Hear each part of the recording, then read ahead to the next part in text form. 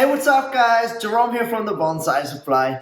And if this is your first time coming across this channel and you like bonsai, you are in luck because that's what this channel is all about. Now, if you're a subscriber already, welcome back and thank you so much for your support. Alright, so today we are going to dive deep into the worlds of junipers. And we are going to learn pretty much everything there is to know about junipers. It is an extensive species and it's a beautiful species to learn about. And I think we can all agree that it's probably the most used species for bonsai. So without further ado, let's dive right into it. So junipers are coniferous trees and shrubs in the genus Juniperus of the cypress family. And I'm going to blend the name in down here. I'm not even going to attempt to say that word. There's between 50 and 70 species of junipers that are widely distributed throughout the northern hemisphere. Now, the oldest living juniper is a western juniper known as Bennett juniper, which is located in California, of course, and it is thought to be somewhere between 4,000 and 6,000 years old. Now, there's a fun fact about juniper berries is that they are actually used to flavor gin.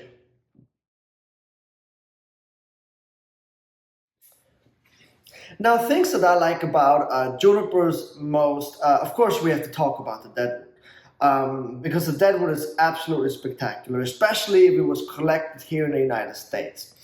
What I like about junipers as well is that I love the foliage. It is very soft to the touch to most of the species, and it is green throughout the year. I also like that it is easy to care for. It's a very forgiving tree and it is adaptable to many climates. So if you happen to move around a lot, a juniper is a very hardy tree and it can move around with you and adapt to new climates fairly easily. So what is really interesting is that most junipers that we use for bonsai in the United States actually come out of the desert, such as the California, the Utah, and the one-seed junipers. Now, other junipers come from the mountains, such as the Sierra or the Rocky Mountain. And there's two more junipers that we use in the United States a lot that don't come from the United States, but which one is the Propagation, which is a garden juniper. You see it mostly on the floor and it grows like a big mountain and follows along the floor. And the other one is the Shimpaku juniper, which is, sought after for its incredible foliage. Without argument, the Shimpaku, I would say, is probably the best foliage in the world. And it is also sought after for its deadwood characteristics. Now, the Shimpaku is mostly also used for grafting. So when we have a juniper that we collect and it doesn't have good foliage, I would say to 99% it is grafted on with Shimpaku foliage. So both the Propagation and Shimpaku, they both come from Japan. Now, it is said that the one-seed juniper has the best deadwood characteristics in the United States, and that the Rocky Mountain is a combination of both, the best deadwood, but also some of the best foliage that you can find. However, I really, really love the Sierra juniper. To me, that one is the overall is the most interesting juniper, I would say, because the deadwood has that like exploded splintery deadwood, and then the life vein, and then the foliage can be like a light bluish color, and to me that's very attractive. So if you have that light blue foliage with that red life vein and then that exploded splintery white deadwood, I think that's just absolutely incredible.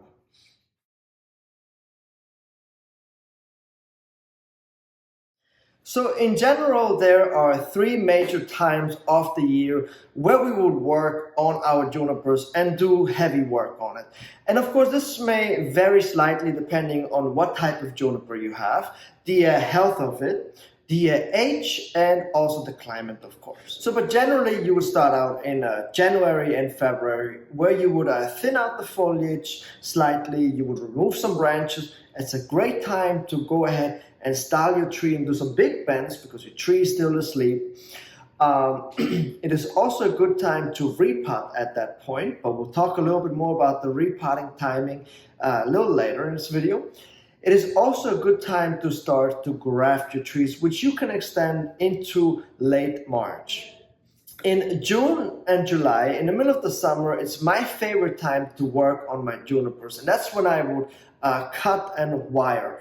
And the reason why that's my favorite time of the year, which is the second time we would touch a juniper, is because they bounce back so quickly. So in the middle of the summer, I wire the trees, I trim it back, and then they come back right away. Bam! They explode and they come right back. Great time to work on them.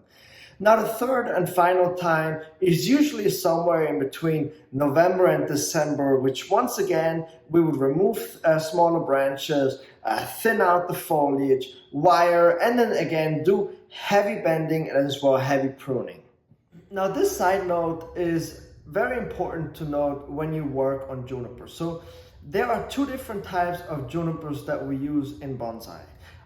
We have the elongating one, which are the California one, the one seed, the Sierra, the Utah, and the Rocky Mountain.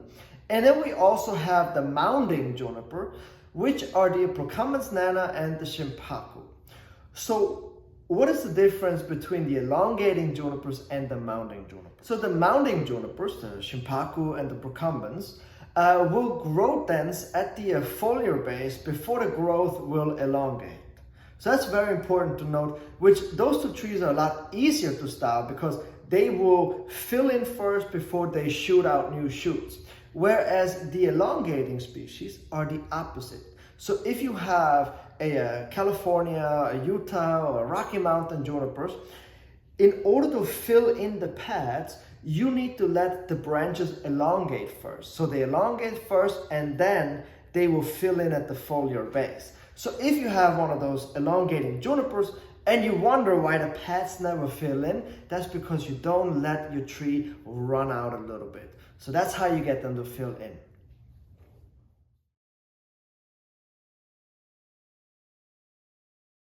Now the repotting of junipers is extremely easy and straightforward. They are all being repotted in the spring.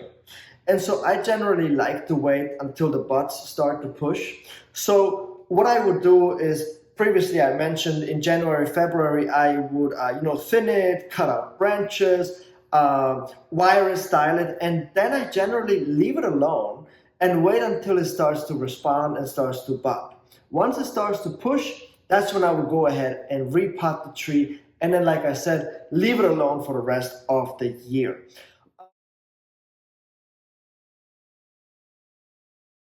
Now, in terms of propagations, most junipers you can propagate from cuttings.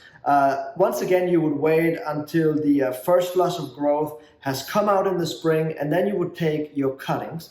But when you take the cuttings, you want to make sure that you mist the foliage a lot. Like maybe let's say like 4 or 5 times a day, you would mist the foliage in order for the cutting to be more successful. You can also air layer junipers, and you can also propagate them from seeds. Now for the care and maintenance, we're going to be talking about things such as watering, fertilizing, pests, and diseases. Now for the watering, it is very, very simple. When the junipers start to actively grow, I make sure that I water them more frequently. In terms like, I don't want to let them dry out again. So when they start to actively grow and the temperatures start to heat up, you want to make sure that you don't let the soil dry out completely. Always keep it slightly moist. For me, I just water my junipers in the morning when I wake up. I go outside with my cup of coffee, water all of my trees thorough. And then when I come back home later in the afternoon, I would just spot check my trees.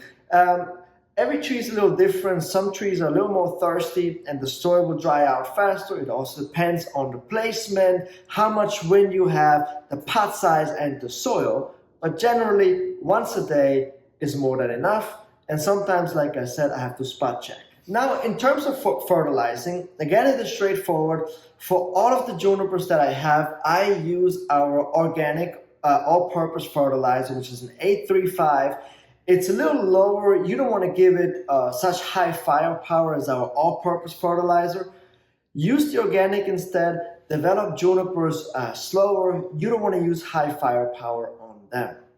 Now, in terms of pests and diseases, they are prone, to name a few, the most important ones I would say are spider mites and termites. Now, the spider mites attack the foliage and the termites attack the wood, more specifically the dead wood. Like California junipers that you would find in nature, a lot of times the dead wood is very thin because of termite, and so it's quite rare to find one that does not have any termite damage. But for both cases, I like to use, I like to spray on a preventative basis. So every month in the spring when the trees start to wake up, I have 2 different sprays, one specifically for mites, for junipers, because they get mites, and then I have an all-purpose insecticidal spray that of course includes termites. And so the first month I use the miticide, the next month I use the all-purpose, and I go back and forth like this throughout the year, and I do that for several reasons. I don't want my trees to get, I don't want the insects to get immune to the sprays. So if you use the same spray every month, insects can become immune to the spray. That's why I like to switch it up. But also I like to spray on a preventative basis because sooner than later you will get an infestation if you don't spray. It's inevitable. And what will happen is it will set you back in training. You have to figure out what's wrong with the tree. How are you going to cure it? Has it spread to other trees? You may lose some branches, you may lose some parts of the trunk. That's why I like to spray it on a preventative basis, so I never have to worry about anything. And you know, the truth is that I don't know what my neighbors have in their backyard. They might not spray for their trees or shrubs or bushes of flowers at all. And every time the wind blows, their insects come into my garden. And if I spray on a preventative basis, I always prevent anything from coming into my yard. Now I like to spray after sunset or before sunrise when it's nice and dark outside. That's when all the insects are at home. That's when I would like to spray so that I get them all, the adults and the eggs and everything else in between. And also at that time, the pores are open of the trees, and that's a good time to spray. Now, junipers is a very extensive topic to cover in such a short video. So let me know if I may have left something out, or you want to add something to thought, or you have a question, drop it down in the comment section. Give us a big thumbs up if you like this video, and also make sure that you subscribe to this channel if you haven't done so already, so that you're always notified and up to date when a new video comes out. Thank you guys so much for watching, and I will catch you guys next time.